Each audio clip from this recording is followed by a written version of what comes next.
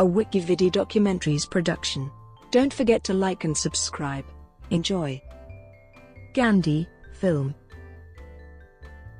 Gandhi is a 1982 British Indian epic historical drama film based on the life of Mohandas Karamchand Gandhi, the leader of India's non-violent, non-cooperative independence movement against the United Kingdom's rule of the country during the 20th century. Gandhi was written by John Briley and produced and directed by Richard Attenborough. It stars Ben Kingsley in the title role. The film covers Gandhi's life from a defining moment in 1893, as he is thrown off a South African train for being in a whites-only compartment, and concludes with his assassination and funeral in 1948. Although a practising Hindu, Gandhi's embracing of other faiths, particularly Christianity and Islam, is also depicted. Gandhi was released in India on the 30th of November 1982, in the United Kingdom on the 3rd of December, and in the United States on the 10th of December. It was nominated for Academy Awards in 11 categories, winning 8, including Best Picture and Best Director for Attenborough, Best Actor for Ben Kingsley, and Best Screenplay written directly for the screen for Briley. The film was screened retrospectively on the 12th of August 2016 as the opening film at the Independence Day Film Festival jointly presented by the Indian Directorate of Film Festivals and Ministry of Defence, commemorating 70th Indian Independence Day. The screenplay of Gandhi is available as a published book. Plot. On the day of Gandhi's assassination on the 30th of January 1948, after an evening prayer, an elderly Gandhi is helped out for his evening walk to meet a large number of greeters and admirers. One visitor, Nathuram Godse, shoots him point blank in the chest. Gandhi exclaims, "Oh, God," and then falls dead. In 1893, the 23-year-old Gandhi is thrown off a South African train for being an Indian sitting in a first-class compartment despite having a first-class ticket.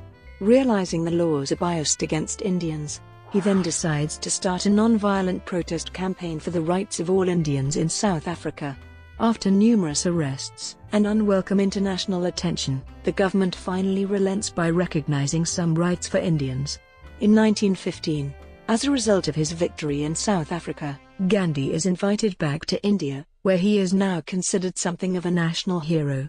He is urged to take up the fight for India's independence from the British Empire.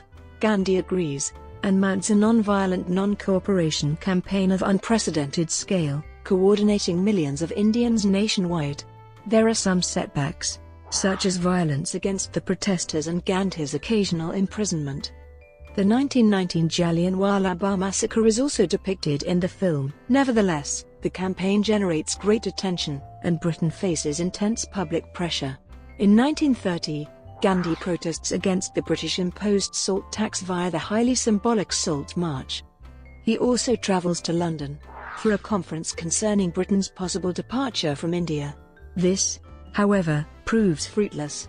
After the Second World War, Britain finally grants Indian independence.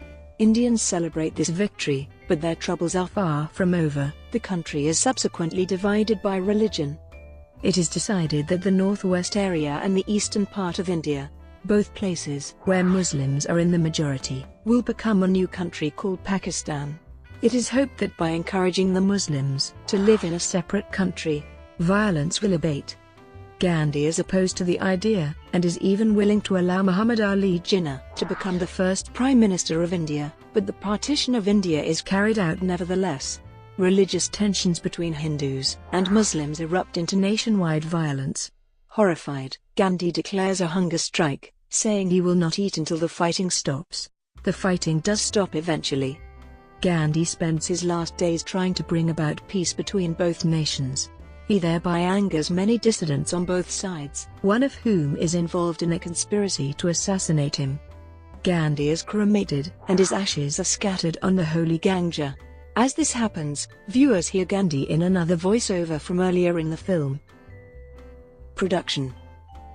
This film had been Richard Attenborough's dream project, although 2 previous attempts at filming had failed. In 1952, Gabriel Pascal secured an agreement with the Prime Minister of India to produce a film of Gandhi's life. However, Pascal died in 1954 before preparations were completed. In 1962, Attenborough was contacted by Motilal Kothari, an Indian-born civil servant working with the Indian High Commission in London and a devout follower of Gandhi. Kothari insisted that Attenborough meet him to discuss a film about Gandhi. Attenborough agreed, after reading Louis Fisher's biography of Gandhi, and spent the next 18 years attempting to get the film made. He was able to meet Prime Minister Jawaharlal Nehru and his daughter Indira Gandhi through a connection with Lord Louis Mountbatten, the last Viceroy of India. Nehru approved of the film and promised to help support its production. But his death in 1964 was one of the film's many setbacks. Attenborough would dedicate the film to the memory of Kothari, Mountbatten, and Nehru. David Lean and Sam Spiegel had planned to make a film about Gandhi after completing The Bridge on the River Kwai, reportedly with Alec Guinness as Gandhi. Ultimately, the project was abandoned in favor of Lawrence of Arabia. Attenborough reluctantly approached Lean with his own Gandhi project in the late 1960s, and Lean agreed to direct the film and offered Attenborough the lead role. Instead, Lean began filming Ryan's daughter, during which time Motilal Kothari had died and the project fell apart. Attenborough again attempted to resurrect the project in 1976 with backing from Warner Brothers.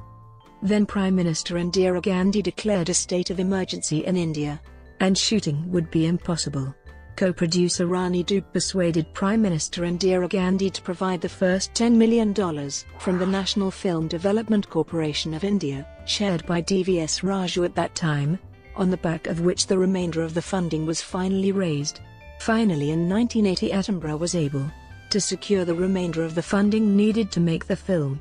Screenwriter John Briley had introduced him to Jake Eberts, the chief executive at the new Goldcrest production company that raised approximately two-thirds of the film's budget. Shooting began on the 26th of November 1980 and ended on the 10th of May 1981. Over 300,000 extras were used in the funeral scene, the most for any film according to Guinness World Records. Casting. During pre-production, there was much speculation as to who would play the role of Gandhi. The choice was Ben Kingsley, who is partly of Indian heritage. Release and reception. Gandhi premiered in New Delhi, India on 30th of November 1982.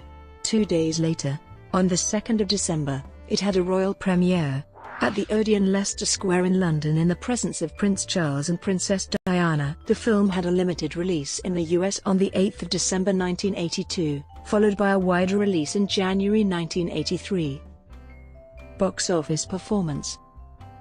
Gandhi grossed a total of $52.7 million in North America and became the 12th highest-grossing film of 1982 there.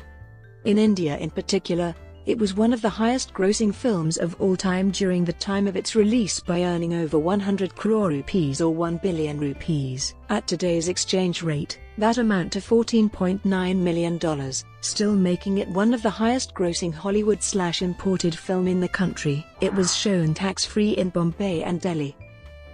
Critical response. Reviews were broadly positive not only domestically, but also internationally.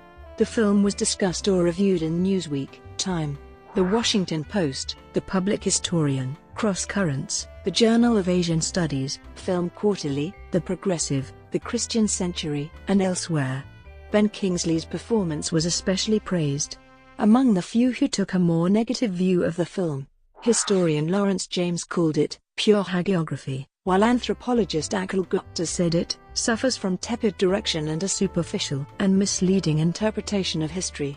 The film was also criticized by some right-wing commentators who objected to the film's advocacy of non-violence, including Pat Buchanan, Emmett Tyrrell, and especially Richard Grenier.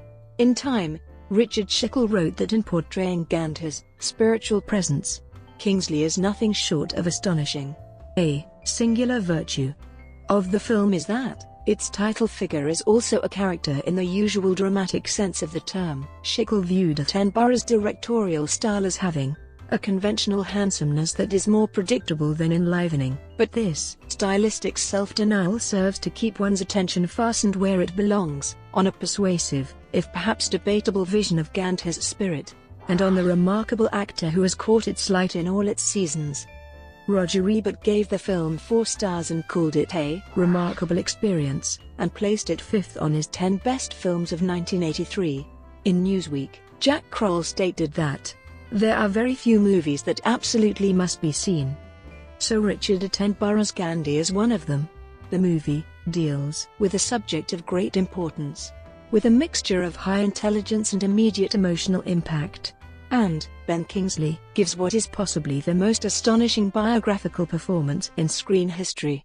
Kroll stated that the screenplay's least persuasive characters are Gandhi, his Western allies and acolytes, such as an English cleric and an American journalist, but that Attenborough's old-fashioned style is exactly right for the no tricks, no phony psychologizing quality he wants. Furthermore, Attenborough mounts a powerful challenge to his audience by presenting Gandhi as the most profound and effective of revolutionaries, creating out of a fierce personal discipline a chain reaction that led to tremendous historical consequences.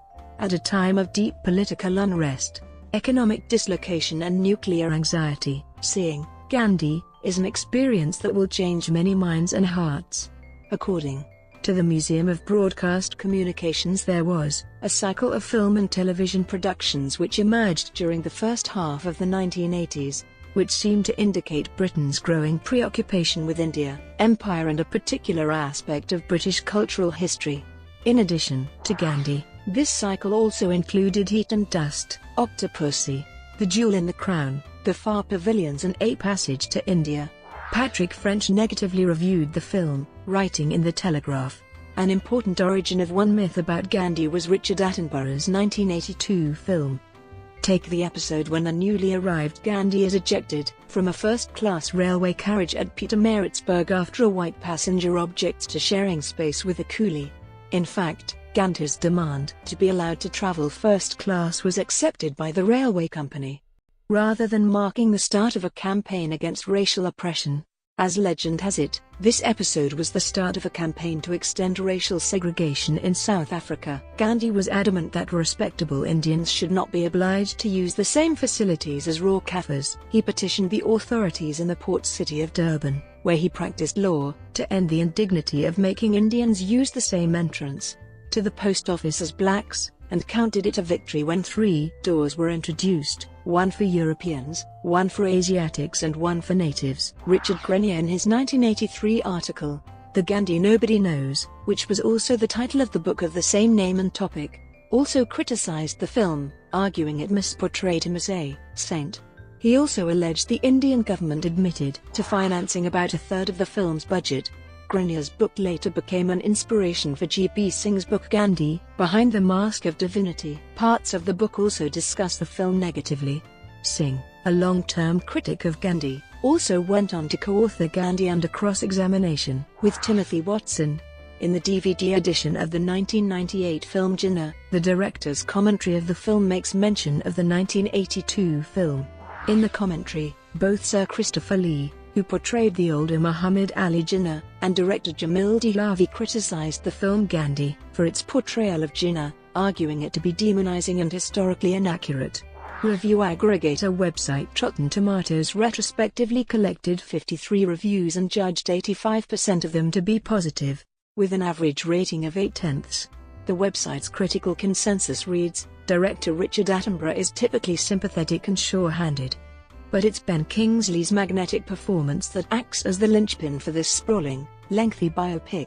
Metacritic gave the film a score of 79 out of 100 based on 16 critical reviews, indicating generally favorable reviews. CinemaScore reported that audiences gave the film a rare A+ grade. In 2010, the Independent Film and Television Alliance selected the film as one of the 30 most significant independent films of the last 30 years. Brought to you by WikiVidi Documentaries. Would you like to know more?